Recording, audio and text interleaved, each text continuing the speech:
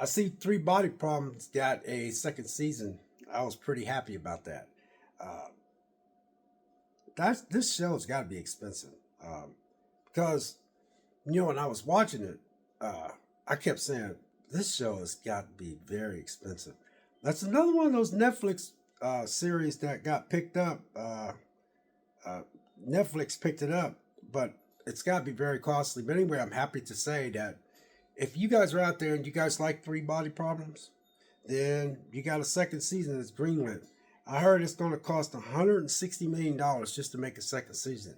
So I can see why Netflix was a little shy greenlighting the greenlight this second season.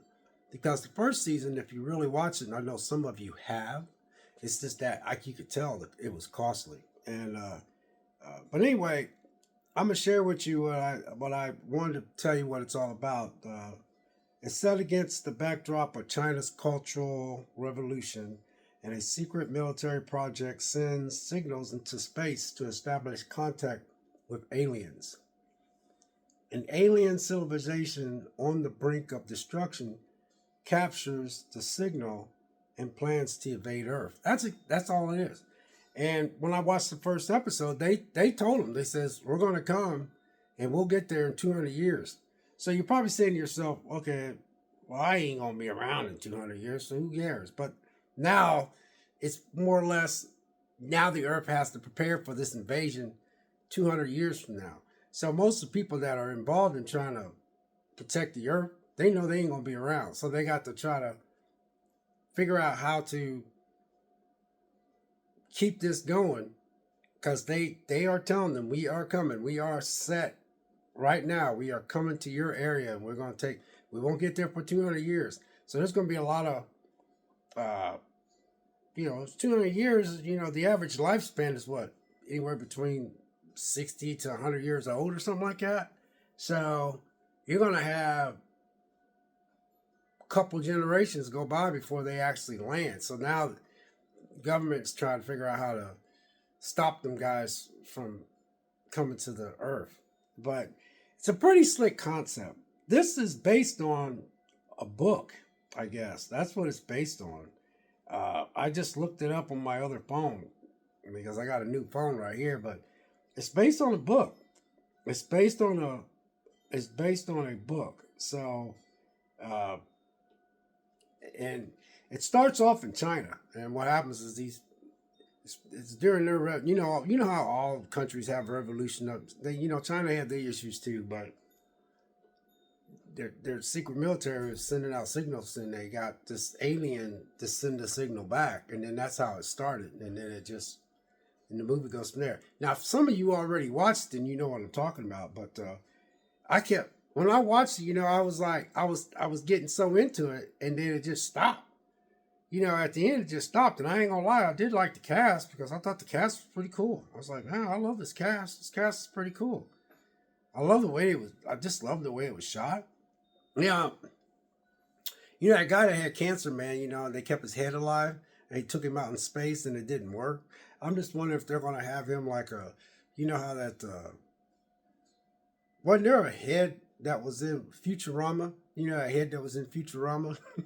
I was like, wouldn't it be pretty cool if that head would like be in the second season and it show him out in space talking and looking around, looking at space and stuff, or maybe they capture it or something and then they're trying to talk to him and they got him locked up and it's his head, because they send his head out to intercept to meet them.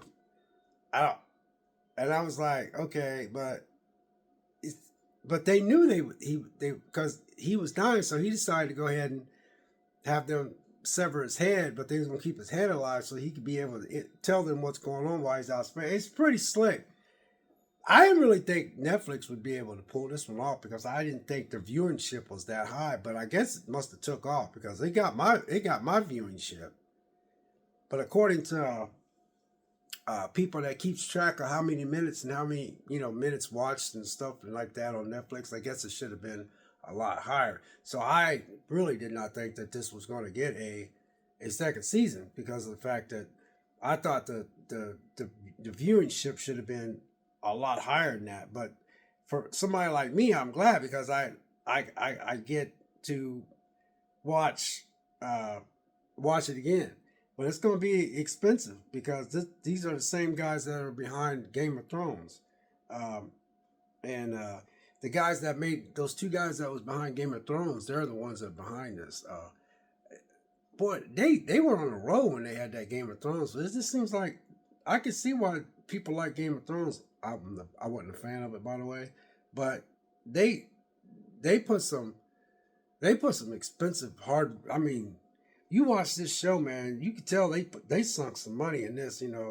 Um, creator DB Wise gives wild update about upcoming chapter. So DB Wise is DB Wise gives an update. So he's one of the ones behind the one that was behind uh, you know Game of Thrones. Now, I don't want to keep this that long because I'm going on 6 minutes. But anyway, I am happy to say that somebody like me, you know, I love Three Body Problems. I was so into that, and then it just stopped. And I was like, okay, you're gonna stop like that? And there has been series that stopped. They never was able to get another season going. So thank God. I mean, thankful. I'm thankful. Thank God. That we get a second season for some of us who likes this show. A lot of people might not like this show, but apparently there are somebody out there that likes it. It wouldn't have got greenlit. I'm hoping that between now and then, people would watch more of this and get into it and say, "Oh, I really like this show after all," and then like, now I'm on board with this, and then you'd be like, "Okay, I'm gonna watch season 2," and then if season 2 because I guess it's based on a book, and I don't have time to do all that research, but I just want to say, Three Body Problem, season 2, it's official. Thank you, Netflix. We'll see you.